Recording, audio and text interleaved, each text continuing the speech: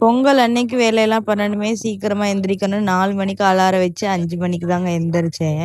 அப்படி எந்திரிச்சுட்டு வேகமா குளிச்சுட்டு வந்து வேலையெல்லாம் பார்க்கலான்னு குளிக்க பாத்ரூம்குள்ள போனா, என் பொண்ணு ஒரே அழுக. குளிச்சுட்டு வர்றதுக்குள்ளயும் வெளியில நின்று கத்திட்டே இருக்கா, யாரு கூப்பிட்டாலும் போமாட்டேன்னு. அப்புறம் ஒரு வழியா அவள வந்து தூங்க வச்சுட்டு, அப்புறம் பொங்கலுக்கு தேவையானதெல்லாம் ரெடி பண்ணி வச்சுட்டு, பொங்கல் குழம்பு, சாம்பார் வந்து பண்ணி வச்சிருந்தேன்.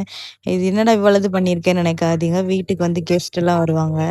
இங்க நார்த் இந்தியன்ஸ் எல்லாம் பொங்கல் கொண்டாடுறது இல்லையா? அதனால பொங்கல் அப்ப எங்க தெரிஞ்சவங்க வந்து வீட்டுக்கு எப்போதும் வருவாங்க வருஷம் வருஷம்.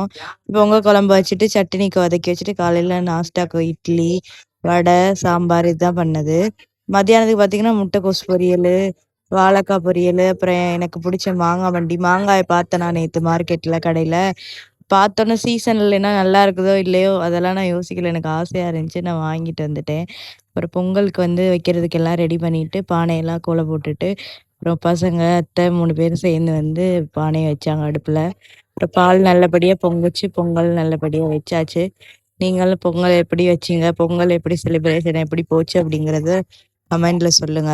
அப்புறம் பொங்கலுக்கு நீங்க என்னெல்லாம் ஸ்பெஷல் பண்ணீங்க? அப்படிங்கிறத சொல்லுங்க. உங்க வீட்ல என்னென்ன சமைச்சீங்க? அப்படிங்கிறதையும் மறக்காம கமெண்ட்ல சொல்லிட்டு போங்க.